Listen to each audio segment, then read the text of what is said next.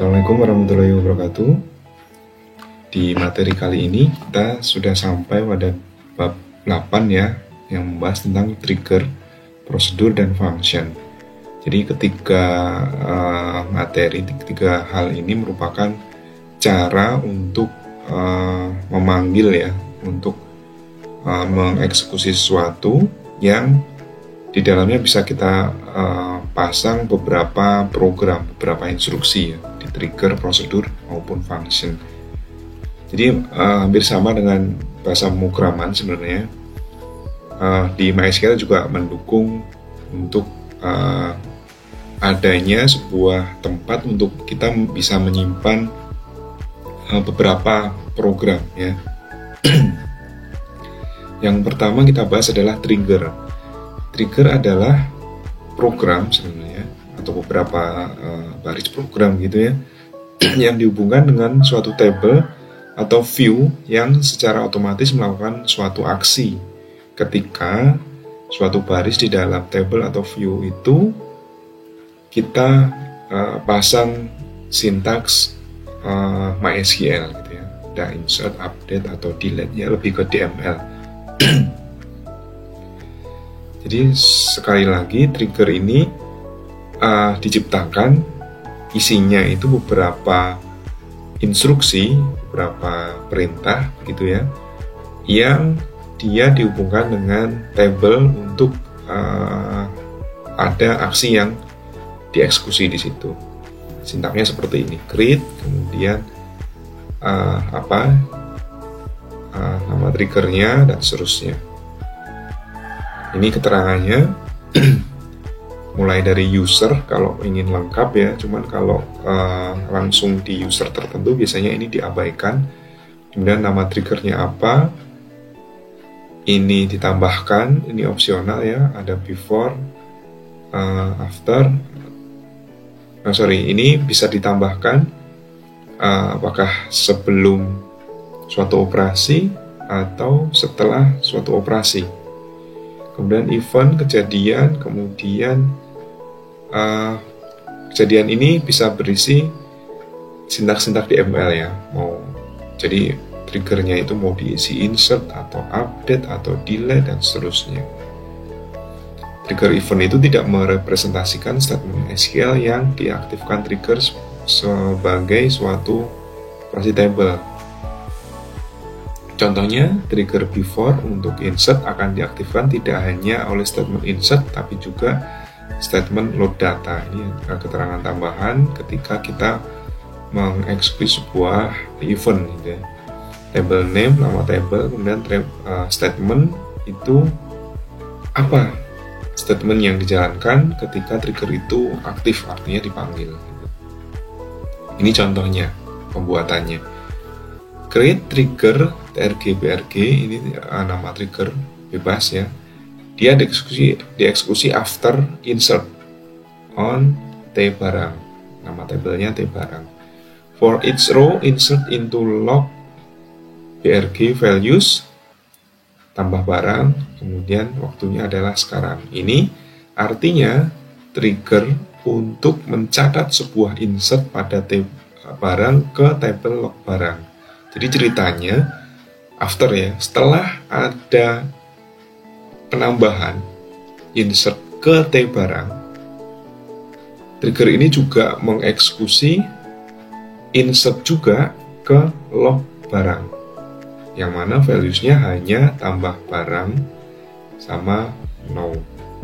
Ini artinya waktu sekarang ya. Jadi kalau database kita besar gitu ya, suatu saat kita ingin mencatat apa saja yang diinputkan ke table utama itu ke table log ya.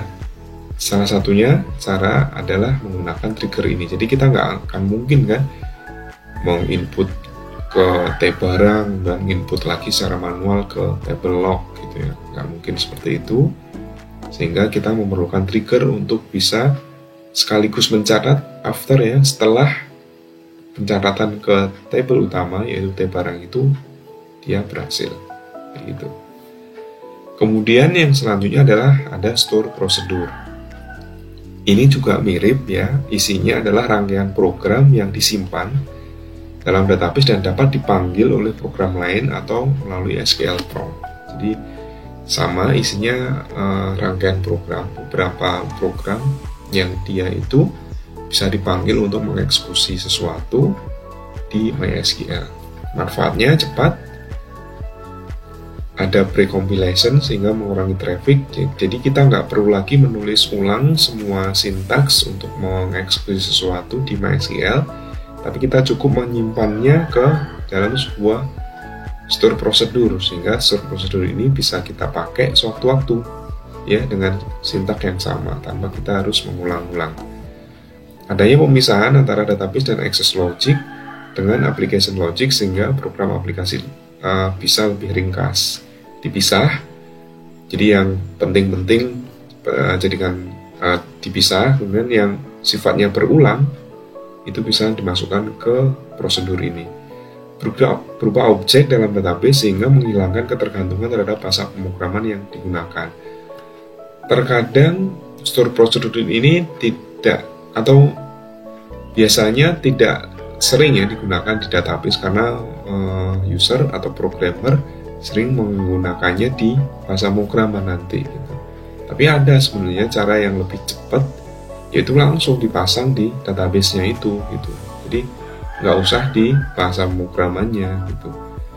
Karena kan kita tahu database itu kan pasti nantinya akan mendukung sebuah sistem informasi yang dibangun menggunakan bahasa pemrograman tertentu ya kan.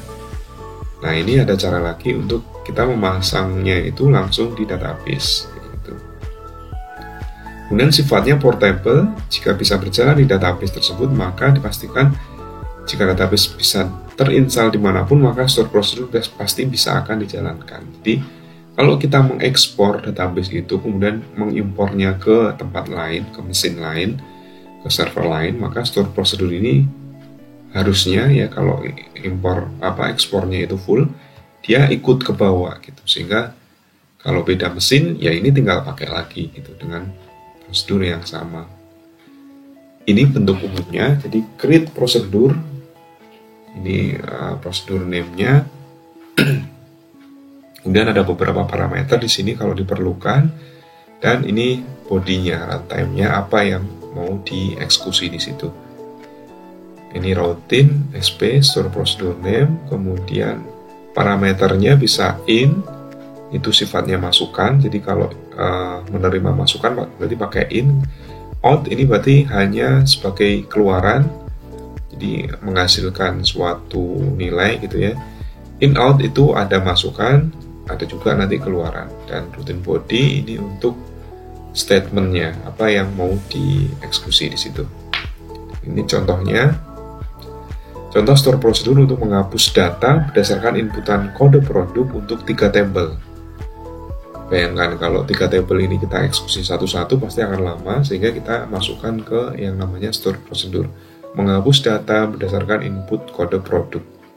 Tabel MS produk, MS harga harian, dan TR penjualan. Ini sintaksnya, ada delimiter di situ digunakan untuk mengelompokkan ya bahwa ini merupakan satu kesatuan sintaks seperti itu. Create prosedur hapus produk. Nama prosedurnya, ini parameternya in. Berarti ini sifatnya adalah inputan kode produk parameter. Ini namanya varsarnya 12, kemudian begin dan end di sini dituliskan instruksi-instruksi untuk dieksekusi ketika prosedur ini nanti dipanggil. Pertama adalah delete from MS product where kode produk sama dengan kode produk param. Jadi paramnya ini nanti dipakai di 3 sintak ini ya. Kode produk param ini dipakai di sini, juga di sini. Seperti itu.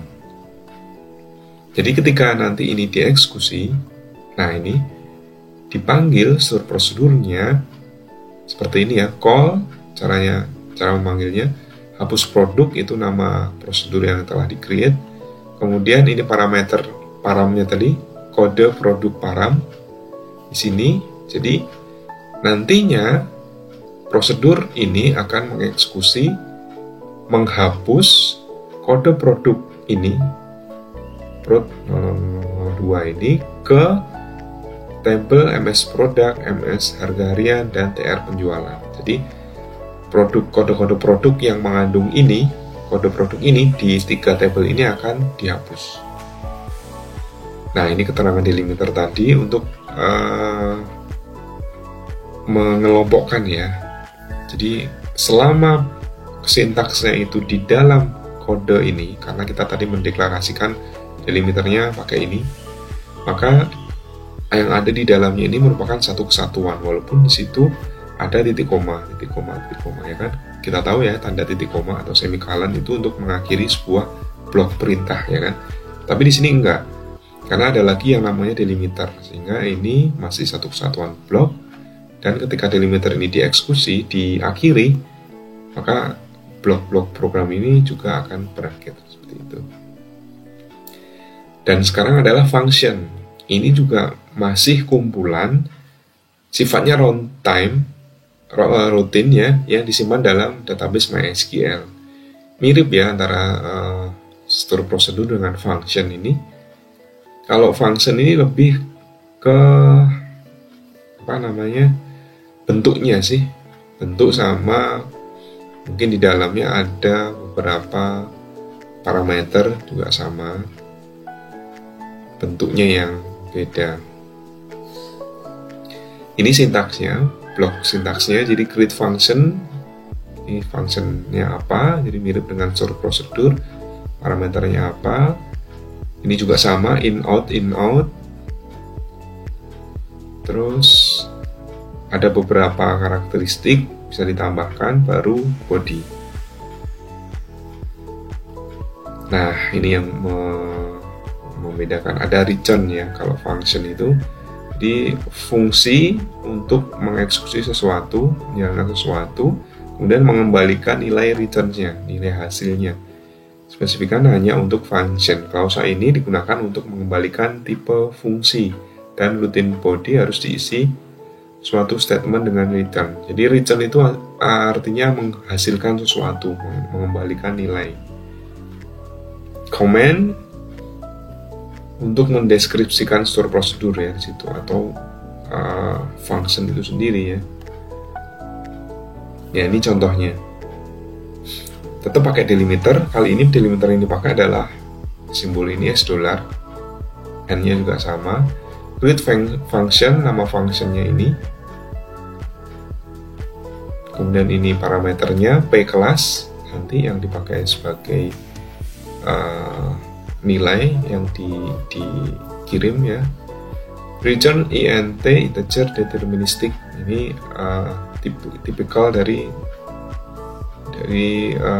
function, dari return ya.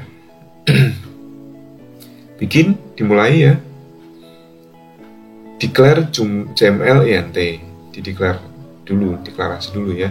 Kemudian eksekusi, perintah yang ingin dieksekusi adalah select count bintang, jadi jumlah sesuatu JML kelas ya, alias, kita masih ingat ya, alias s into JML, declare ini from TP mahasiswa, TP siswa where kelas sama dengan P kelas. P kelas ini dipakai di sini. Parameternya dipakai di sini, return JML. Ya, jadi nanti kita input parameternya berapa itu atau apa gitu ya di sini, dan dieksekusi di sini. Ini keterangannya, create function untuk membuat function baru, kemudian return untuk menentukan tipe data yang di return, dikembalikan, dihasilkan oleh function.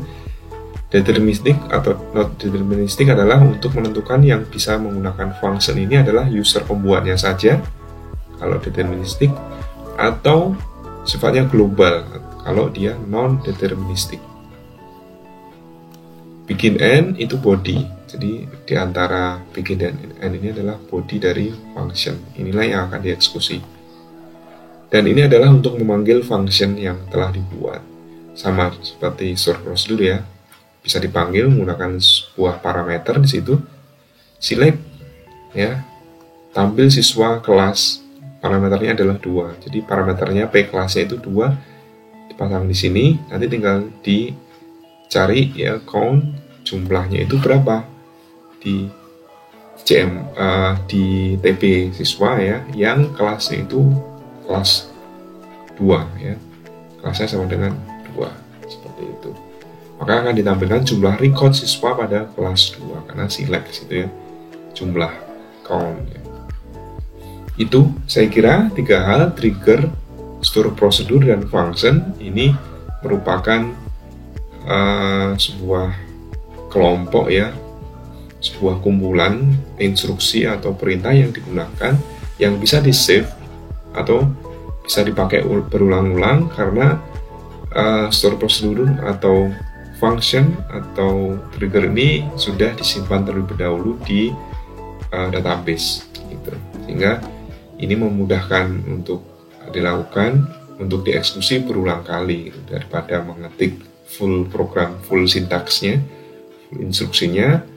Maka lebih baik disimpan di dalam store prosedur atau function yang nantinya bisa kita pakai berulang-ulang dengan parameter yang beda. Dan ini adalah tugas praktikumnya ya. Jadi hanya untuk sementara kita kenalan dulu lah dengan trigger, prosedur, dan function. Jadi sudah ada beberapa panduan di situ step by step. Untuk pertama create dulu lah satu table, kemudian seperti ini field-fieldnya, kemudian diisi seperti ini, kemudian bikin sebuah table namanya itu pencatat log, isinya cuma 2 kolom, aktivitas dan waktu ya. Kemudian nomor 4, bikin juga trigger untuk membuat log insert data pada produk baru, after insert, yang dipakai adalah after. Seperti ini sintaknya. Kemudian lakukan insert pada tabel produk dan cek perubahan pada pencatat log. Mestinya ini akan ikut berubah kalau ada data baru yang masuk ke tabel produk. Dan bikin lagi trigger untuk membuat log update ya. Kali ini update yang dibuat triggernya setelah update ya, after update akan ada penambahan. Lakukan update data, ini kita cek yang nomor 7, kita tes update sebuah data di tabel produk, dan cek lagi di tabel mencatat log ada yang berubah nggak situ. Dan buat sebuah trigger untuk membuat log delete dan data produk baru after delete. Ini dilakukan sama dengan atas ini, cuman kasusnya adalah delete. Sehingga ketika di delete di tabel produk nanti akan harusnya akan sinkron juga di tabel pencatat log, di log, karena sudah ada trigger di situ ya. Kemudian sama ini log delete, jadi harusnya akan berubah. Kemudian nomor 10 tentang store prosedur untuk memanggil produk dengan out. Jadi nanti ada keluaran di situ, ada sesuatu yang tampil di display. Kemudian dipanggil, kasusnya bebas, yang penting dia ada yang ditampilkan di situ. Mau select yang mana itu bebas. Ganti nomor 10 dengan in, di mana kode produk diinput oleh pengguna. Jadi kalau in berarti kan ada inputan nanti. Lalu panggil dengan kasus kode produk yang bebas. Kalau ini hanya keluaran out, kalau yang nomor 12 ini diganti dengan in sehingga ada inputan nanti, terus dicek ada perubahan nggak. Kemudian buat sebuah function jumlah stok gudang. Kali ini function stok gudang ya, jumlah stok gudang. Seperti ini sintaksnya. Kemudian panggil function tersebut dengan contoh kasus bebas. Jadi jumlah ini produk ya, parameternya. Jadi produknya apa yang mau di-select, count-nya, jadi diketahui jumlahnya nanti bebas. Jumlah from, where, kode produk sama dengan produk. Jadi parameternya ada di sini nanti. Manggilnya seperti apa sudah dijelaskan tadi di depan. kasusnya bebas, yang penting ada hasilnya keluar seperti itu. Itu saya kira. Jangan lupa untuk bisa cek detailnya di beberapa sumber ya, di w3schools.com dan yang lain, di YouTube bahkan. Monggo silahkan bereksplorasi sendiri, karena menjadi tantangan tersendiri ya untuk kalian mengerjakan ini di rumah gitu ya, yang harusnya ini praktikum. Tapi nggak masalah karena ada internet yang bisa kita andalkan untuk mencari referensi. Itu saya kira untuk materi kali ini. Sekian, terima kasih. Assalamualaikum warahmatullahi wabarakatuh.